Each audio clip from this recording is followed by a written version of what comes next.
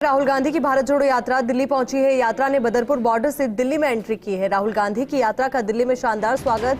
भारत जोड़ो यात्रा में सोनिया गांधी शामिल हुई। यात्रा में प्रियंका गांधी, रॉबर्ट वाड्रा शामिल हुए।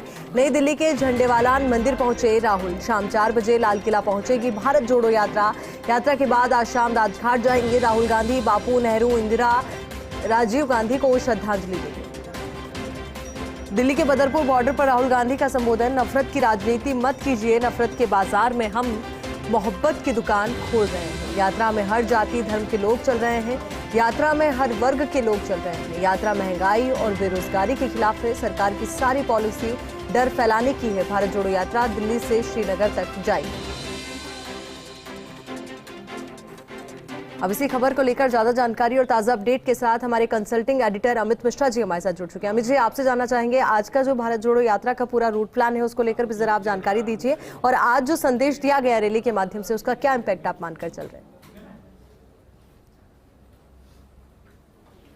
आयुषी, देखिए, अब से थोड़ी देर के बाद राहुल गांधी निजामुद्दीन दरगाह जाएंगे और लगभग 5 मिनट का वहां उनका कार्यक्रम है। 5 मिनट उस कार्यक्रम को वहां एक चादर चढ़ाने की जो रस्म अदायगी है उसको करने के बाद राहुल की यात्रा जो है, यानी भारत जोड़ो यात्रा जो है, वो क्रमशः आगे बढ़ेगी। सिरसा रोड होते हुए इंडिया गेट और इंडिया गेट से ITO होते हुए वो लाल किले की तरफ जाएगी। लाल किले में सबसे जो रोचक बात है आज की वो ये है कि राजघाट, वीरभूमि शक्ति स्थल और लाल बहादुर शास्त्री जी की समाधि के अलावा राहुल या कोई कांग्रेसी पहली बार अटल बिहारी वाजपेयी को श्रद्धांजलि देने जा रहा है, और वो भी तब जब आप देखें कि एक बड़े कार्यक्रम को वहां पर एक तरीके से अर्ध समापन की तरफ है, यानी आधी समाप्ति भारत जोड़ो यात्रा की होगी, और वहां पर लाल किले बापू को श्रद्धांजलि देने के साथ साथ कांग्रेस ने एक नई रणनीति अपनाई है अटल बिहारी वाजपेयी को भी श्रद्धांजलि देने की। यानी जिस तरह से भारतीय जनता पार्टी ने सरदार पटेल और महात्मा गांधी को कांग्रेस से छीना है, वैसे ही एक पहल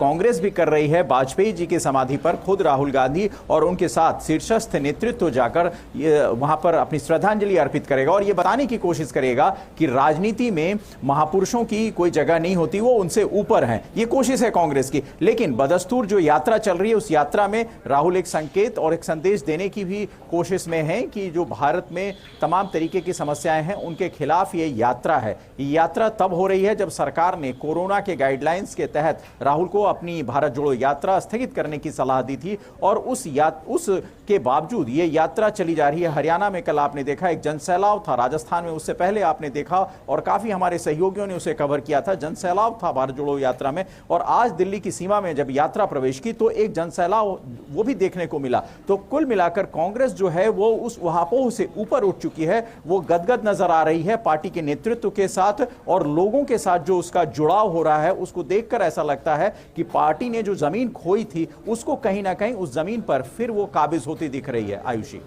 बिल्कुल अमित जी, देखिए राहुल गांधी लगातार हम देख रहे हैं कि बार बार इस लाइन का जिक्र करते हैं कि नफरत के बाजार में हम मोहब्बत की दुकान खोलने जा रहे हैं। और आज जिस तरीके से आपने जानकारी भी दी कि पहली बार ऐसा हो रहा है कि कोई कांग्रेसी नेता अटल बिहारी वाजपेयी की समाधि पर पहुंचेगा, श्रद्धा सुमन वहां पर अर्पित करेगा, तो एक कदम इससे और मानकर चले इसे।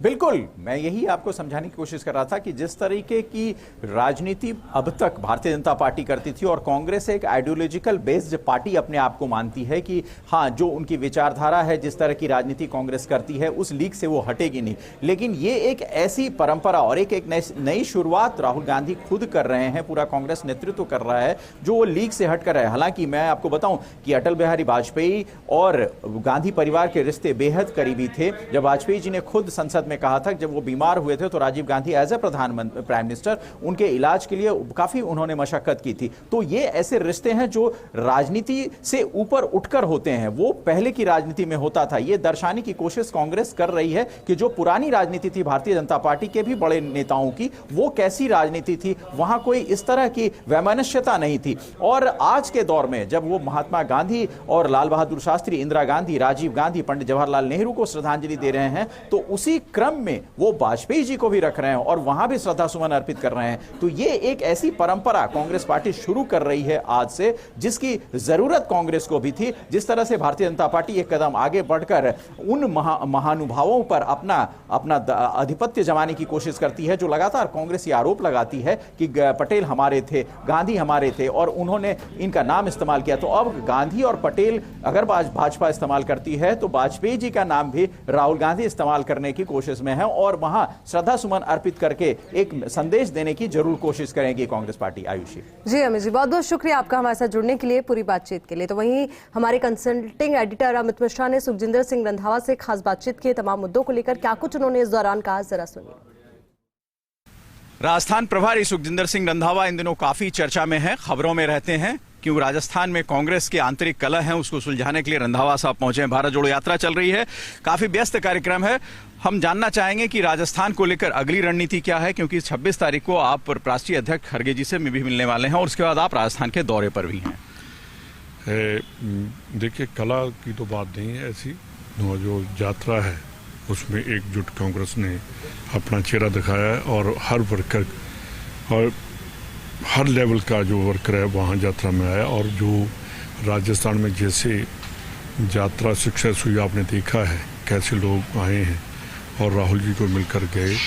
और सबसे बड़ी बात कि छोटे से लेकर बड़ा वो भी राहुल जी को वहाँ मिलकर उन्होंने अपने राजस्थान की बात बताई। जैसे जैसे यात्रा आगे जा रही है तैसे तैसे यात्रा जो और ज़्यादा मजबूत हो रही है। ये यात्रा सिर्फ कांग्रेस के लिए नहीं है, ये यात्रा भारत को जोड़ने वाली है। जैसे रंधावा साहब खास तौर से जाने जाते हैं संगठन के लिए, संगठन का एक लंबा अनुभव है आपका और संगठन से अनुशासन का भी आपका लंबा अनुभव है। शायद इसी वजह से गांधी परिवार ने इतना बड़ा दायित्व भी दिया है। जो स्थिति है प्रदेश की उसमें थोड़ी अनुशासन की कमी है। मैंने पहले भी आपसे एक सवाल किया। मैंने बिल्कुल आपके साथ मैं एग्री करता हूँ। मैंने कल भी जो हमारी मीटिंग हुई थी स्टीयरिंग कमेटी की, उसमें कहा कि पार्टी में डिसिप्लिन जो है वो बहुत मजबूती से आना चाहिए और हमें अगर किसी घर में या किसी परिवार में जो पार्टी में डिसिप्लिन नहीं है वो कभी आगे नहीं बढ़ सकती। डिसिप्लिन है तो पार्टी है। इंडिविजुअल कोई कहे कि मैं ही वो नहीं चल सकता। पार्टी कैसी है कि मैं आज सुखजिंदर सिंह रंधावा इंडिविजुअली कोई बात करे, मेरे लिए कांग्रेस खड़ी है तो मैं यहाँ तक जो पहुँचा हूँ तो पार्टी की वजह से पहुँचा और डिसिप्लिन में रहकर पहुँचा। आपने काफी फीडबैक भी लिया है राजस्थान के विधायकों से, हम लोगों को जानकारी मिलती रहती है। जब भी आप भारत जोड़ो यात्रा में कोटा से जुड़े थे तब भी आप फीडबैक ले रहे थे। फीडबैक के बाद विधायक दल की बैठक एक महत्वपूर्ण चीज है, क्योंकि पहले जो विधायक दल की बैठक नहीं हो पाई थी वो। पहले तो मैं संगठन की बात करूंगा जी। और 28 को हमने फैसला किया कि जो पीसीसी डेलीगेट होते हैं उनको एक बार ही बुलाया जाता है जी। उसके बाद 28 को हम पीसीसी डेलीगेट्स को वहाँ उदयपुर बुलाया है और 28 को मैंने जो उन्होंने 25 एमपी जिन्होंने इलेक्शन लड़ी है उनको मिलूंगा। 13 हमारे अध्यक्ष हैं, डिस्ट्रिक्ट कांग्रेस प्रेसिडेंट हैं, उनको मिलूंगा और जो अर्बन और रूरल जयपुर उनके सभी वर्कर्स को मिलूंगा। फिलहाल आपको क्या लगा रंधावा साहब, देख के गुटबाजी चरम पे है? गुटबाजी तो है, खत्म करेंगे, वो पंजाब जैसा काम नहीं होने देंगे। हाँ, क्योंकि आपके अनुभव रहे हैं और आपने काफी करीब से देखा है पंजाब के कांग्रेस के हालात को। क्या वो राजस्थान में ना रिपीट हो, क्योंकि आपके लिए एक चैलेंज होगा राजस्थान में सरकार दोबारा वापस लाना। तो देखिए, राजस्थान का जो है वर्कर लीडरशिप की तरफ देख रहा है कि क्या डिसीजन होना है।